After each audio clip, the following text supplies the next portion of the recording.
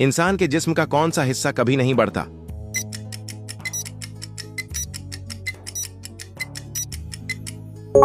आंख। दूसरा सवाल, वो कौन सा औज़वा है जो पूरे जिस्म में खून पंप करता है?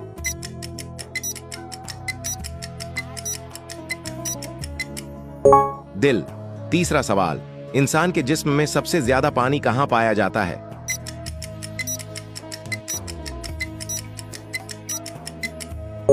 दिमाग में। चौथा सवाल, इंसान के जिस्म में कितनी हड्डियां होती हैं?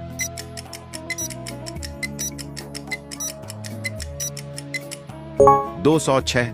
पांचवा सवाल, इंसान के जिस्म में सबसे तेज बढ़ने वाली चीज क्या है?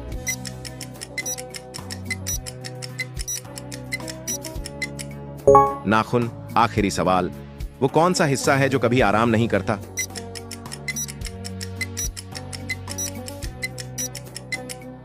दिमाग।